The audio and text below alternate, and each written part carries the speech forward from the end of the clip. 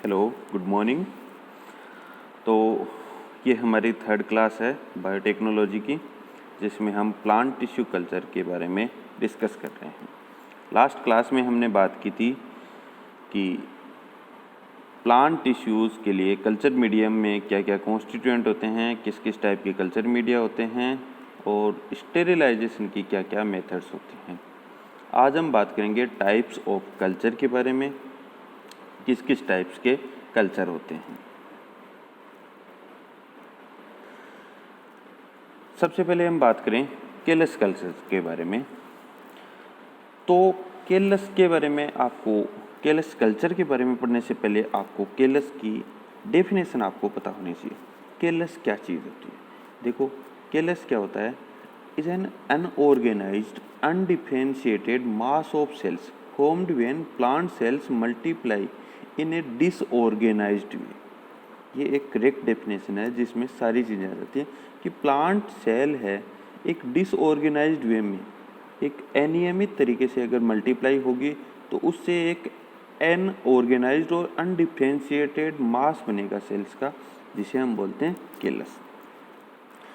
और वो मेथड जिसमें हम केलस को, सेल्स को कल्चर मीडियम पे ग्रो करवा के केलस बनाते हैं, उसे हम बोलते हैं केलस कल्चर।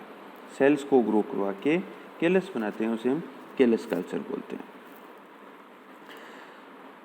केलस कल्चर, यहाँ पर हम क्या होते हैं कि कल्चर मीडियम में कुछ एक्सप्लांट काम में लेते हैं। एक्सप्लांट मैंने लास्ट क्लास में डिस्कस किया था कि कोई भी प्लांट पार्ट जो आप काम में ले रहे हो उसे हम बोलते हैं एक्सप्लांट।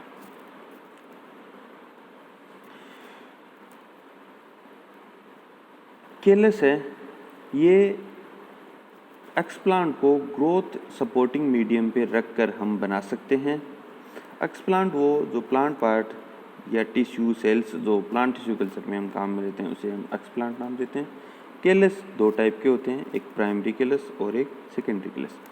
प्राइमरी केलस वो होते हैं जो ओरिजिनल एक्सप्लांट से हमें मिलते हैं, और सेकेंडरी केलस वो होते हैं जो प्राइमरी केलस के पार्ट्स को हम डिसेक्ट करके उन्हें वापस से ग्रो करवाते हैं, तो जो केलस बनते हैं उन्हें सेकेंडरी केलस करते हैं।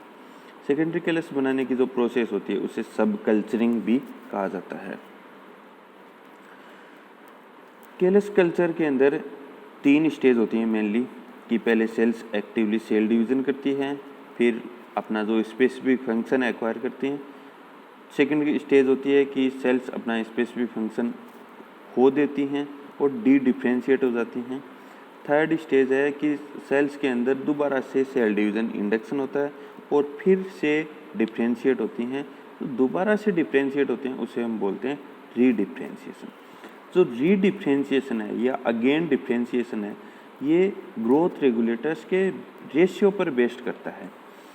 जैसे कि ऑक्सिन और साइटोकाइनिन का रेशियो अगर ज़्यादा है तो रूट इंड्यूस होंगी, जैसे हमने लास्ट क्लास में बात की थी कि ऑक्सिन रूट इंडक्शन करवाता है केलस में। ऑक्सिन ज़्यादा है तो रूट इंड्यूस होंगी। ऑक्सिन साइटोकाइनिन रेशियो कम है, मतलब साइटोकाइनिन ज़्यादा है तो सूट इंड्यूस होगा। ऑक्सिन साइटोकाइनिन रेशियो इक्वल है तो डिसऑर्गेनाइज्ड केलस तैयार होगा। सेकंड, जैसे हम केलस कल्चर के बाद बात करें cell suspension culture. Cell suspension culture जिसमें सेल्स और टिश्यूज़ हैं उनको एक एगिटेटेड लिक्विड कल्चर मीडियम में हम तैयार करते हैं, ग्रो करवाते हैं, जिससे एक सस्पेंशन बनता है सेल्स का। ये सेल सस्पेंशन कल्चर होता है। Cell suspension culture mainly 2 type का होता है, एक होता है बैच कल्चर और एक होता है कंटिन्यूस कल्चर। बैच मीन्स आपकी जो ग्रोथ मीडियम है वो एक ही बार में आप सारे के सारे मीडियम में, जैसे जो भी न्यूट्रिएंट आपको देने हैं वो कल्चर मीडियम में आप एक बार डाल दो और उसके बाद में ग्रोथ होती रहेगी। एक बैच आपने तैयार किया, एक बार स्टार्टिंग में आपने सारे के सारे इंग्रेडिएंट डाल दिए और सेल्स डाल दी। अब जितनी सेल्स जितने न्यूट्रिएंट्स हैं तब तक ग्रोथ सीज नहीं होती, तब तक ग्रोथ चलती रहेगी। दूसरा कंटिन्यूस कल्चर में हम सेल्स को जब जैसे जैसे ग्रो करवाते हैं उसी हिसाब से हम न्यूट्रिएंट सप्लाई करते रहते हैं, ये कंटिन्यूस कल्चर है। सेल सस्पेंशन कल्चर का ध्यान रखना है आपको, ये लिक्विड कल्चर मीडियम में होता है, जबकि केलस कल्चर है ये सॉलिड या सेमी सॉलिड कल्चर मीडियम में तैयार होता है। केलस वर्ड हर जगह आएगा।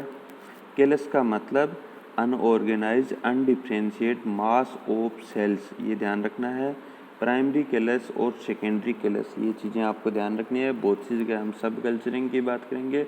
सब कल्चरिंग मतलब आपने एक बार एक्सप्लांट लिया, उसको किसी कल्चर मीडियम पे ग्रो करवाया जिसे प्राइमरी केलस बना। प्राइमरी केलस के कुछ पार्ट्स को हमने डिसेक्ट किया और उसको दोबारा से किसी दूसरे कल्चर मीडियम पे ग्रो करवाया। तो जो दोबारा से ग्रो करवा रहे हैं जिससे हमें सेकेंडरी केलस मिलेगा, उस प्रोसेस को बोलते हैं सब culturing. Batch culture, continuous culture मैंने आपको बताए हैं। एडेनिन साइटोकाइनिन रेशियो कम ज़्यादा होना, ये एडेनिन साइटोकाइनिन रेशियो कम ज़्यादा होना इसके पर बेस्ड होता है रूट इंड्यूस होगी या सूट इंड्यूस होगा या डिसऑर्गेनाइज्ड केलस बनेगा। थैंक्स।